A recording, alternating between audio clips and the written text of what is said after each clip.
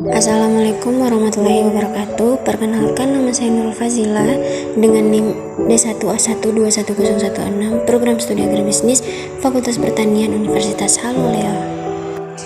Di sini saya akan mempresentasikan PPT saya yang berjudul Dinamika dan Tantangan Integrasi Nasional. Pengertian integrasi nasional. Integrasi nasional berasal dari dua kata, yaitu integrasi dan nasional. Integrasi berasal dari bahasa Inggris integrate, artinya menyatupadukan, menggabungkan, mempersatukan. Dalam Kamus Besar Bahasa Indonesia, integrasi artinya pembaruan hingga menjadi satu kesatuan yang bulat dan utuh. Kata nasional berasal dari bahasa Indonesia atau bahasa Inggris nation, yang artinya bangsa. Dalam Kamus Besar Bahasa Indonesia, integrasi nasional mempunyai arti politis dan antropologi. Secara politis, integrasi nasional secara politis berarti penyatuan berbagai kelompok budaya dan sosial dalam kesatuan wilayah nasional yang membentuk suatu entitas nasional. Integrasi nasional secara antropologis berarti proses penyesuaian di antara unsur kebudayaan yang berbeda sehingga mencapai suatu kesetaraan fungsi dan kehidupan masyarakat. Syarat terjadinya integrasi nasional. Pertama, anggota-anggota masyarakat merasa bahwa mereka berhasil saling mengisi kebutuhan-kebutuhan antara satu sama lainnya. Dua, terciptanya kesepakatan atau konsensus bersama mengenai norma-norma dan nilai sosial yang dilestarikan dan dijadikan pedoman. Ketiga, norma-norma dan nilai-nilai sosial dijadikan aturan baku dalam melangsungkan proses integrasi nasional. Faktor pendorong tercapainya integrasi nasional: adanya rasa senasib dan seperjuangan yang diakibatkan oleh faktor sejarah. Kedua, adanya ideologi nasional yang tercermin dalam simbol negara, yaitu Garuda Pancasila dan Semboyan Bhinneka Tunggal Ika. Ketiga, adanya tekad serta keinginan untuk bersatu di kalangan bangsa Indonesia seperti yang dinyatakan dalam Sumpah Pemuda. Dan keempat, adanya ancaman dari luar yang menyebabkan munculnya semangat nasionalisme di kalangan bangsa Indonesia. Faktor pendukung integrasi nasional: 1. Penggunaan bahasa Indonesia. 2. Adanya semangat persatuan dan kesatuan dalam bangsa, bahasa, dan tanah air Indonesia. 3. Adanya kepribadian dan pandangan hidup kebangsaan yang sama, yaitu Pancasila. 4. Adanya jiwa dan semangat gotong royong, solidaritas, dan toleransi keagamaan yang kuat. Dan terakhir, adanya rasa senasib sepenanggungan akibat penderitaan penjajahan. Faktor penghambat integrasi nasional: pertama, kurangnya penghargaan terhadap kemajemukan yang bersifat heterogen.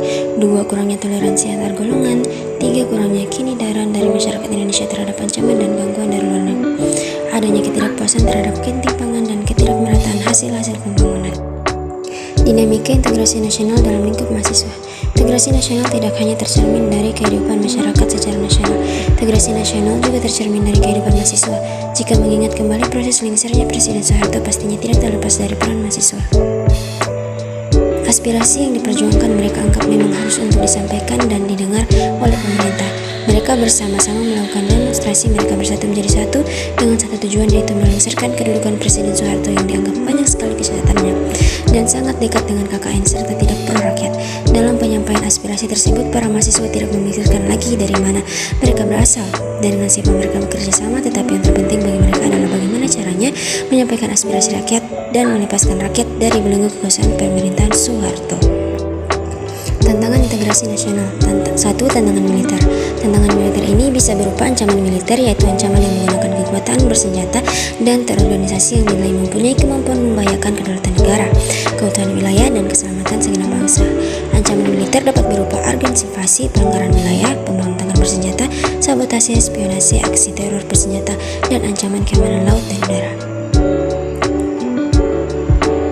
Bentuk agresi yang berskala paling besar dengan menggunakan kekuatan militer bersenjata yang dikerahkan untuk menyerang dan menduduki wilayah Indonesia. Bangsa Indonesia pernah merasakan pahitnya diawali atau diserang oleh Belanda yang ingin kembali menjajah Indonesia sebanyak 2 kali, yaitu 2 Juli 1947 dan 19 Desember 1948.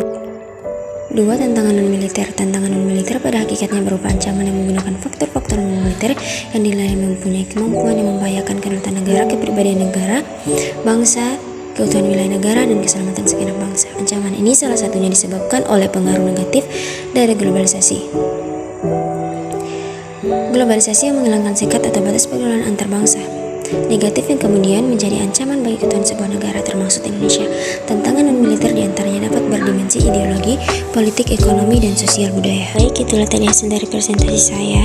Kurang dan lebihnya mohon dimaafkan. Sekian, terima kasih. Wassalamualaikum warahmatullahi wabarakatuh.